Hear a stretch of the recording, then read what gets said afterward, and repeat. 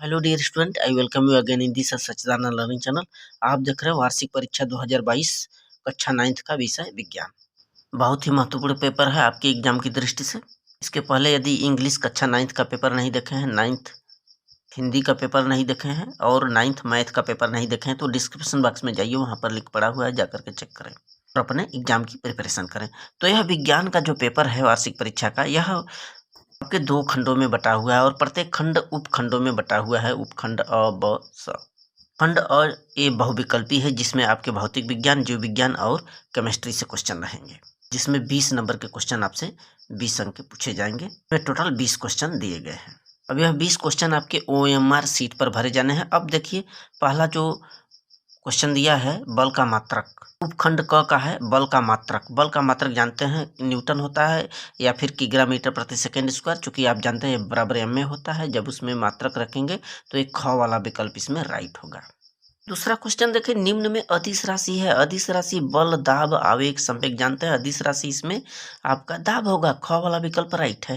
Question number तीसरा, किसी तरंग की चाल भी आवर्तकाल टी और तरंग दैर्ध्य लैम्डा में सही संबंध होगा। तो तरंग चाल और तरंग दैर्ध्य लैम्डा में जो सही संबंध है, भी बराबर लैम्डा बटे टी। फार्मूला जो होता है भी बराबर एन लैम्डा। एन क्या है? आवृत्ति है। लैम्डा क्या है? तरंग दैर्ध्य है। भी क्या है? चाल है। अब एन बराबर 1/t होता है। जब इसको फार्मूला में बदलेंगे तो क्या हो जाएगा? भी बराबर लैम्डा बटे टी। अर्थात इसमें ग वाला विकल्प सही होगा। क्वेश्चन नंबर 4 देखें, सामर्थ्य का SI मात्रक पूछा है। सामर्थ्य का मात्रक होता है जूल प्रति सेकेंड होता है, चूंकि हम लोग जानते हैं P बराबर W/T होता है। ग वाला विकल्प सही है। प्रश्न संख्या 5, दो वस्तुओं के मध्य की दूरी 2 गुनी कर दिया जाए तो उनके बीच आकर्षण बल होगा। जानते हैं आकर्षण बल प्रोपोर्शनल टू दी 1/r² के, चूंकि r² आपके हर में है, अर्थात जब आप उनके बीच की दूरी दुगनी करेंगे तो 1/4 हो जाएगा। ये इसमें से जो विकल्प होगा घ वाला सही होगा, 1/4। क्वेश्चन नंबर 6 है, वेग परिवर्तन की दर को क्या कहते हैं? वेग परिवर्तन की दर को त्वरण कहा जाता है। अब ग वाला विकल्प इसमें राइट होगा। क्वेश्चन नंबर 7 देखें, हर्ट्ज का मात्रक है। हर्ट्ज मात्रक किसका है? हर्ट्ज जो मात्रक होता है आवृत्ति का मात्रक होता है। घ वाला विकल्प सही है।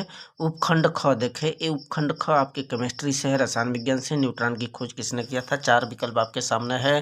न्यूट्रॉन की खोज चैडविक ने किया था। ख वाला सही है। 9th क्वेश्चन देखे, CaCl2 में कैल्शियम की संयोजकता पूछ रहा है। यहाँ पर Cl के सामने देख रहे हैं 2 लगा है, यानी कि कैल्शियम का 2 हो जाएगा, Cl का -1 हो जाता है। तो इसमें से ख वाला विकल्प सही है, संयोजकता कैल्शियम की 2 होगी। क्वेश्चन नंबर 10 है, दो या दो से अधिक पदार्थों के समांगी मिश्रण को क्या कहते हैं? जानते ही हैं, विलयन कहते हैं। ग वाला विकल्प इसमें सही होगा। 11वां देखिए, एल्युमिनियम पर आवेश होता है। चूंकि जानते हैं ना, एल्युमिनियम का जो 2, 8, 3 लास्ट सेल में 3 इलेक्ट्रॉन होते हैं, यानी कि इसकी संयोजकता वैलेंसी इलेक्ट्रॉन के बराबर, यानी कि ग वाला सही है, +3 होगा। अब 12वां क्या है कि क्लोरीन का परमाणु क्रमांक 17 दिया है और परमाणु भार आपका 35 दिया है। अब इसमें न्यूट्रॉनों की संख्या पूछ रहा है। न्यूट्रॉनों की संख्या बराबर परमाणु भार माइनस परमाणु क्रमांक होता है। तो जब 35 में से 17 घटाएंगे तो 18 आएगा। ग विकल्प सही है। क्वेश्चन 13 कि किसी ठोस को सीधे गैसीय अवस्था में बदलना क्या कहलाता है? ऊर्ध्वपातन कहलाता है। तो ख वाला सही है। जैसे कपूर हुआ, आपका आयोडीन हुआ, सीधे ठोस अवस्था से गैस अवस्था में बदल दिए जाते हैं। अब उपखंड ग जो है ये आपके जीव विज्ञान से दिया गया है, बहुविकल्पी क्वेश्चन। 14वां देखें, सौर ऊर्जा का रासायनिक ऊर्जा में परिवर्तन होता है। सौर ऊर्जा का रासायनिक ऊर्जा में परिवर्तन प्रकाश संश्लेषण कहलाता है। जानते हैं कि हमारे वायुमंडल में धरती पर ऊर्जा का सबसे बड़ा स्रोत सूर्य ही होता है, जिससे पौधे प्रकाश संश्लेषण क्रिया द्वारा रासायनिक एनर्जी में कन्वर्ट करके अपना भोजन स्वयं बनाते हैं। 15वां क्वेश्चन देखें, कोशिका का आत्मघाती थैली कहलाती है। ये लाइसोसोम होते हैं। कोशिका में एक लाइसोसोम होते हैं जो कि कोशिका को स्वयं पचा देती है, इसीलिए उसको बोलते हैं आत्मघाती थैली। घ वाला विकल्प सही होगा। अमीबा किस संघ का प्राणी है? अमीबा आपका एनिलिडा है कि आर्थ्रोपोडा है, प्रोटोजोआ है, मोलस्का है। ग वाला विकल्प आपका राइट होगा। अमीबा को प्रोटोजोआ में रखा गया है। इनमें से द्विबीजपत्री पौधा है। द्विबीजपत्री पौधे में जालिकावत शिराविन्यास होता है, जैसे चना हुआ, बट, गेहूं, धान, ये सब समांतर शिराविन्यास होता है। घ वाला विकल्प सही है, चना। ATP का पूरा नाम एडिनोसिन ट्राइफॉस्फेट होता है। चारों विकल्पों में आप देख लीजिए, एक घ वाला सही होगा। लाल रक्त कणिकाओं का निर्माण कहाँ होता है? लाल रक्त कणिकाओं का निर्माण जो होता है अस्थि मज्जा में होती है। ख वाला विकल्प इसमें राइट है। नेक्स्ट देखें, निम्न में उभयचर प्राणी मेढक होता है जो कि जल में भी रहता है और थल पर भी। अब खंड ब यहाँ से लिखित क्वेश्चन है, प्रश्न दिया है खंड ब का क, यानी कि ये आपके भौतिक विज्ञान से हैं। 4-4 नंबर के दिए गए हैं। पहला क्वेश्चन यहाँ पर देखें, सदिश राशियाँ किसे कहते हैं, उदाहरण देकर के समझाइए। तो ऐसी भौतिक राशियाँ जिनको व्यक्त करने के लिए परिमाण और दिशा दोनों की जरूरत पड़ती है उसे हम लोग सदिश राशि कहते हैं। जैसे बल, वेग, संवेग, आवेग, इसमें मात्रा की भी और दिशा की भी जरूरत होती है। ऐसी राशियाँ सदिश राशियाँ हैं। प्रश्न दूसरा देखें, यहाँ पर 15 किलो द्रव्यमान की कोई वस्तु है, 10 मीटर प्रति सेकंड के एक समान वेग से गतिशील है, तो गतिज ऊर्जा पूछ रहा है। हम लोग जानते हैं कि गतिज ऊर्जा जो होती है के बराबर हाफ mv² होती है, यानी इसमें द्रव्यमान भी है, वेग है, मान रख करके इसको सॉल्व कर ले। तो काइनेटिक एनर्जी के equal to half mv², v का मान 10 × 10 कर दे, चूंकि दिया है द्रव्यमान दिया है, सॉल्व करके 750 जूल निकाल लिया जाएगा। क्वेश्चन नंबर 3 देखे दिया है, तरंग दैर्ध्य से आप क्या समझते हैं? तरंग दैर्ध्य और चाल में संबंध लिखिए। चूंकि हम लोग जानते हैं कि किसी तरंग गति में परस्पर समान कला में दोलन करने वाली दो क्रमागत कणों के बीच की दूरी को तरंग दैर्ध्य कहते हैं। इसको लैम्डा से व्यक्त करते हैं। v बराबर जो फार्मूला होता है n लैम्डा। अब v क्या होता है? चाल होता है, n आवृत्ति है और लैम्डा क्या है? तरंग दैर्ध्य है। क्वेश्चन नंबर 4 आपके सामने है कि गति के तीसरे समीकरण की व्युत्पत्ति कीजिए, जो v² बराबर e² धन 2as है। 6 मार्क का है, काफ़ी इंपॉर्टेंट है, बहुत ही महत्वपूर्ण क्वेश्चन है। इसको आप आइए चेक कर लेते हैं किस प्रकार से हम इसको व्युत्पत्ति करेंगे, सिद्ध करेंगे। तो इसमें मान लेंगे कि माना कोई गतिशील वस्तु है जिसका कि प्रारंभिक वेग u है और t समय के बाद उसका अंतिम वेग भी हो जाता है, और उसमें उत्पन्न जो है t समय के बाद त्वरण a है और चली गई दूरी s है, स्मॉल s। तो गति का जो पहला समीकरण है v बराबर u धन at। अब हम लोगों को जो चीज़ सिद्ध करना, v² बराबर e² धन 2as। अब गति का जो पहला समीकरण v बराबर u धन at है, यानी कि इसमें t का वैल्यू हमें नहीं पूछ रहा है, यानी हम ऐसा करेंगे कि t के मान को निकाल करके इसमें रखेंगे, प्रतिस्थापित करेंगे। तो t बराबर क्या हो जाएगा इस समीकरण के हिसाब से? v माइनस यू बटे यहाँ पर a नीचे चला आएगा। इस समीकरण नंबर 1 बन गया ये। अब हम जानते हैं कि जो गति का दूसरा समीकरण होता है s बराबर ut प्लस हाफ at का वर्ग। अब इसी में हमें इस t के वैल्यू को रख देना है जहाँ जहाँ पर t हमें दिखाई दे रहा है। चलिए ut t के स्थान पर ये रख दिया। फिर यहाँ पर भी चूंकि 1/2 at² है, यानी यहाँ पर t की वैल्यू रख दिया गया, पूरा का होल स्क्वायर कर दिया गया। अब इसको काट दिया गया, a से a काट दिया गया। अब यहाँ पर s बराबर इतना बचा। अब यहाँ a बचा, यहाँ 2a, दोनों का लसाअ निकालेंगे तो 2a आएगा। अब बारी बारी से अब इस a का इसमें भाग दे करके हल करें। a भाग देंगे तो a से कट जाएगा, 2 आएगा, यानी 2 का हम इसके अंश में ऊपर गुणा कर दें। इसी प्रकार 2a में 2a का भाग देंगे तो 1 आएगा, 1 का ऊपर गुणा करेंगे a आएगा। a माइनस b पूरे का होल स्क्वायर का सूत्र क्या होता है? a का वर्ग धन b का वर्ग धन 2a भी यहाँ पर देख रहे हैं, और यहाँ पर अंदर इसका गुणा कर दिया गया। बटे पूरे का जो 2a था, यहाँ तिरिया गुणा करके यस में तिरिया गुणा करके 2a सीधा प्राप्त कर लिया गया। इसके बाद प्लस और माइनस यहाँ से देख रहे हैं काट दिया गया, और 2 में से 1 स्क्वायर घटाया गया है। तो यहाँ पर क्या बचा? 2as बराबर स्क्वायर माइनस स्क्वायर। और इसको पक्षांतर करके इस तरह से समीकरण को प्राप्त कर लिया गया है। यहाँ पर 4th के अथवा में दिया है कि न्यूटन के गति विषय का दूसरा नियम लिखिए।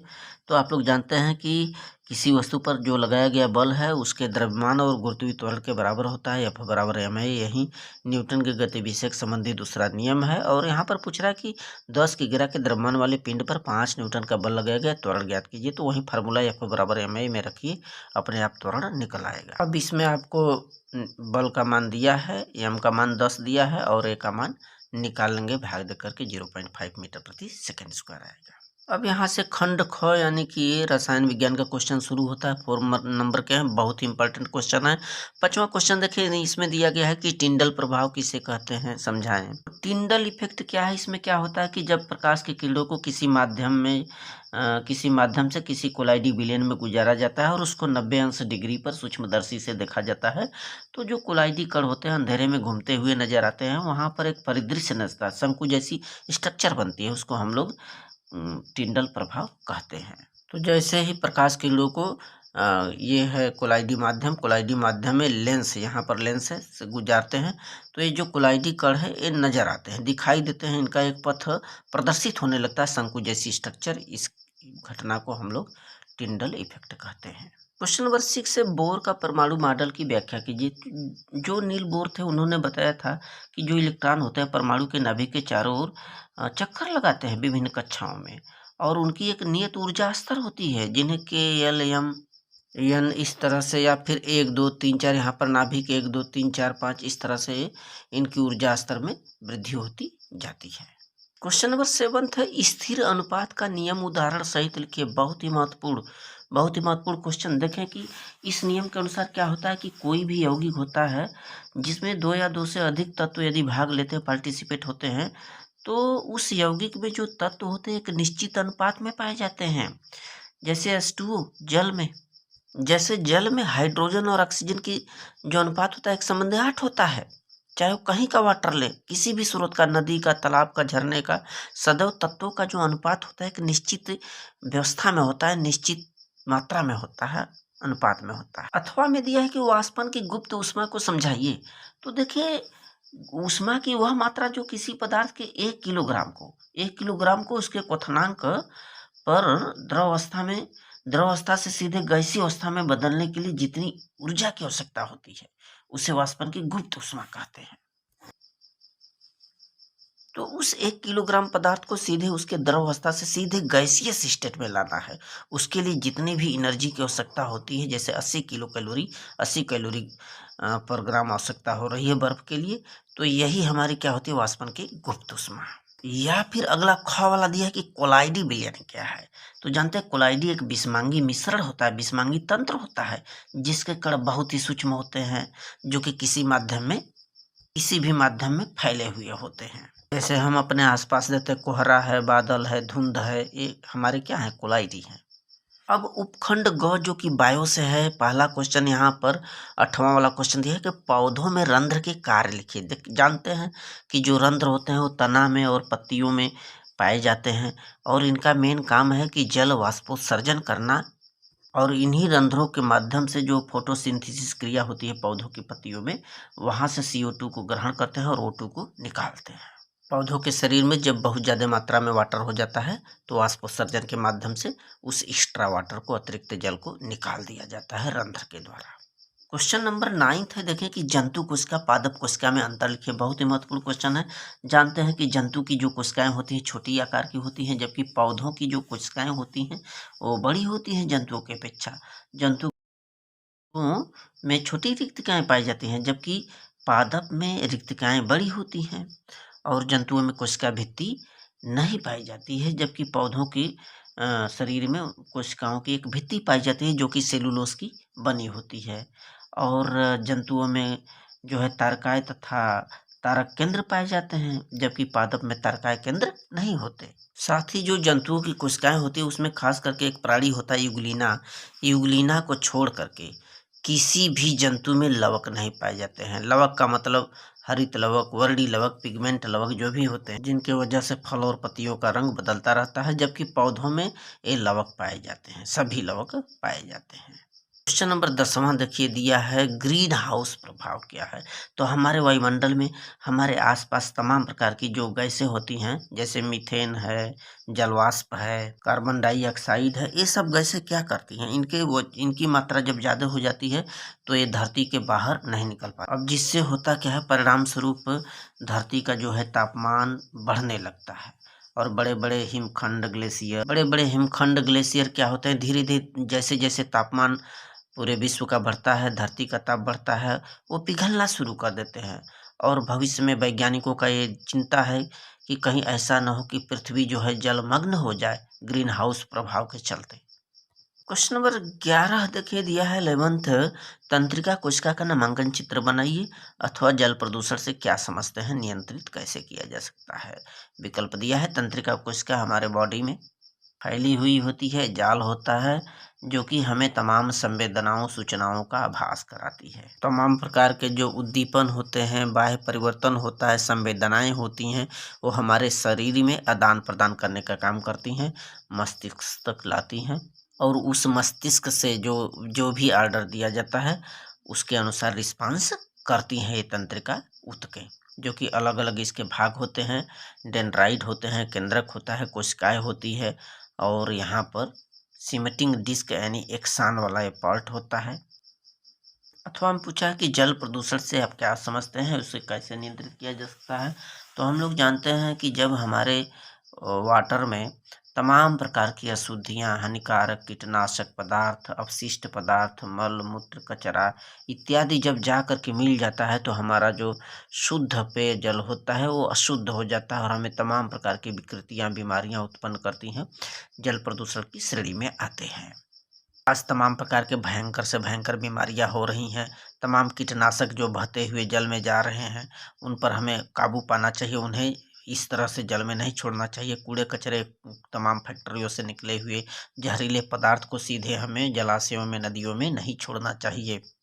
इससे हमारे पशु पक्षियाँ बेहाल हो जाती हैं, उन्हें तमाम प्रकार की व्याधियाँ होने लगती हैं। So thanks student.